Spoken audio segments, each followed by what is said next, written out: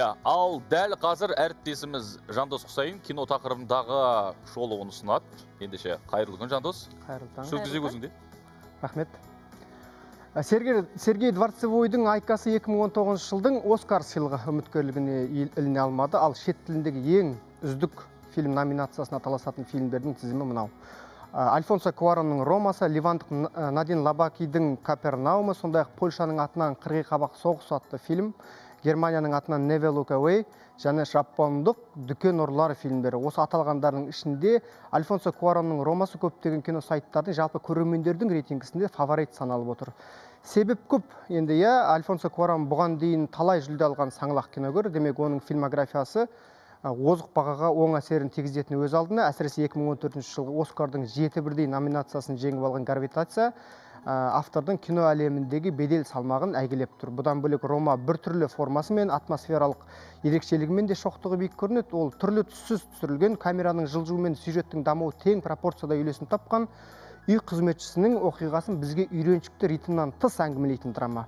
Ол көпшілік көрермен дағдыланған үш актілі формуладан ауытқып, кино баяндаудың өзгеше бір тілінде сөйлеуге тырысады. Демек, біз түсінікті санайтын құбылыстардың түсініксіз қырын табуға ұмтылады. Бейне бір мына қым-қуыт тірлікті сабасына түсіріп, ең бір аптыққан көрерменнің өзін тізгіндеуді мақсат еткендей, айналада хаос пен берекетсіздік бас кейіпкердің ішкі конфликттерімен үйлесім табады. Бірақ мақсат қайсы, мұрат не? Альфонсо Куарон ол сіздің түсініктегі мақсат, сіздің танымдағы мұрат, ал менің ұстанымым мен көзқарасым басқа дейді. Міне, Рома көрерменді тұңғиықтағы сәулеге шақыратын, кереғар түйсіктерді бір кеңістікке тізбелейтін өзгеше туынды. Айтпақшы, бұл фильм 2017 жылы Канн фестивалі конкурсына өте алмай қалған. Себеп оның үлкен прокатқа шықпағандығында еді. Канн фестивалі мультимедиялық ағын арқылы таралған кез келген өнімді өз конкурсына алудан бас тартқан болады. Міне осы себепті Альфонсо Куарон Netflix арнасымен бірігіп, Францияның әйгілі кино мерекесіне бойкот жариялағаны есімізден. Бірақ арада 2 жыл өткенде Рома ақыры міне Оскарға ұсынылып отыр. Ал біздің елдің атынан барған Айкаға келсек, енді батыс кино академиктері Мәскеудегі қырғыз қыздың хикаясын әлемдегі ең саяси сыйлықтың ақтықсынына лайықсыз деп тауыпты. Бітті, осымен Айканың Оскарлық амбициясы түгесілді деуге болады, өкінішті. Есесіне отандық сериал саласында жаңалық көп. Соның бірі Қасым хан көп бөлімді фильміне жарияланған кастинг. Қазақфильм баспасөз қызметі ел бойынша жарияланған байқаудың шарты былай деп отыр. 180 сантиметрден кем емес бой керек, тұңғиық қара көз, талап еңбек, ой керек, макияж мүлдем болмасын, жалғанған кірпік қалмасын, жасалмаған қас болсын, селфиден де қашқайсың дейді. Кәдімгі кәсібилікке жақын фото жібер, сөйтіп бағыңды сынап көр дейді. Қасым ханды әлемдік сериал деңгейіне жеткізуді мақсат тұтқан авторлар. Ендеше сұлу, табиғи келісті жандардың ай оңынан туып, қазақы келбеттің салтанат құрар шағы осы деп үміттенеміз. Үмітімізді еселей түсіретін тағы бір жайт мынау. Қасым ханның көркемдік жетекшілігіне Метин Гүнай деген стамбулдық оғлан тағайындалыпты. Бұл кісінің кім десеңіз, Метин Гүнай әлемде көрілім жағынан көш басындағылармен тең тұрған түріктің ертұғырыл сериалын жасаған әйгілі режиссер. Ендеше елбасының кино саласына сырттан кадр тарту туралы ұсынысын жепелдемдетіп орындап жатқан Қазақфильмнің бұл қадамын тілеулес ниетпен қоштаймыз. Қоштаймыз да шетелге шолу деген бөлімге секіріп кетеміз. Vanity Fair журналы Квентин Тарантиноның Голливудтағы оқиғасынан кадрлар жариялады. 1969 жылғы Голливуд өмірі суреттейтін бұл фильмнің түсіріліміне бәріңізге сүйікті Леонардо Ди Каприо, Брэд Питт, Марго Робби және Курт Рассел секілді киножұлдыздар қатысқан. Квентиннің 9-шы туындысы вестерн шоудың майталман Рик Далтонның өзгерген Голливудтағы жанталас өмірінен сыр шертпек.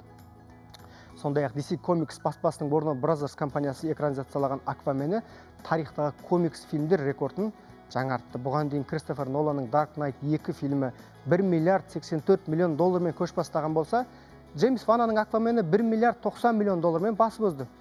Көрермен комикске құмартты ма, әлде басты рөлде сомдаған Джейсон Момоаның атағы тартты ма, әйтеуір сүңгуір супер қаһарман жігіттің хикаясы сұраныста дес бермей тұр. Айтпақшы, өткен аптада ғана прокаттық табысы көңіл көншітпеген Шмалянның әйнегі америкалық прокатта ақыры көш бастады. Джеймс Макэвой ойнаған психологиялық триллер 3 аптаның қорытындысында 162 миллион доллар жинады.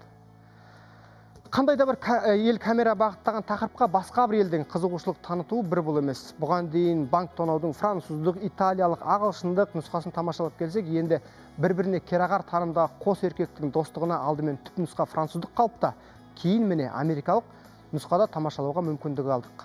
Әңгіме 1+1 Голливуд оқиғасы деген атпен жақында үлкен экранға шыға бастаған Нил Бергердің фильмі жайлы. Бұл әлемдік прокатта $70 миллион жинап, Америкада кассалық табысы 12 миллион көк қағазбен екінші орынға жайғасып алды. Міне ел пысық бар дүниенің белгісін құбылтып, өңін теріс айналдырып, жап-жақсы дүние жасап, абыройға да, табысқа да кенеліп жатыр. Ал 1967 жылы құрылған Американың кино институты АФИ жылдың 10 тамаша фильмі дейтін тізім жасады. Енді әлемнің әр түкпірінде жасалып жатқан мән мағынасыз тізімнен бұл түзген 10 қатардың несі артты дерсіз. Ешқандай артық жері жоқ, тек бұл ұйымның әу бастағы мақсаты америкалық кино өнерінің мұрасын сақтау дейтін асқар амбицияны көздегенін ескерсек, тізімдегі фильмдер таза америкалық көзқараспен таңдалғанын айта кетуіміз керек. Бұл ұйымның сыйлығы қазылар алқасының берген ұпайы және түрлі тәсіл арқылы жасалған дауыстың көмегімен тапсырылады. Ал қазылардың дені Оскардың академиктер екенін біреу білсе, біреу білмес. Демек, Америкалық кино институт пен Оскар сыйлығының таңдауы көп жерде сәйкес келіп жататында содан. Тізімде Пастардың күнделігі, 8-ші сынып немесе Жұлдыз жанды, Тыныш жер секілді былтырғы прокатта жүріп өткен фильмдерді кездестіруге болады. Толық тізіммен ұйымның сайтында таныс бола аласыздар. Бүгінге осы. Рахмет, Жандос. Жандос, көп рахмет. Бүгінгі сәтті түсін. Рахмет сіздерге де. Ал біз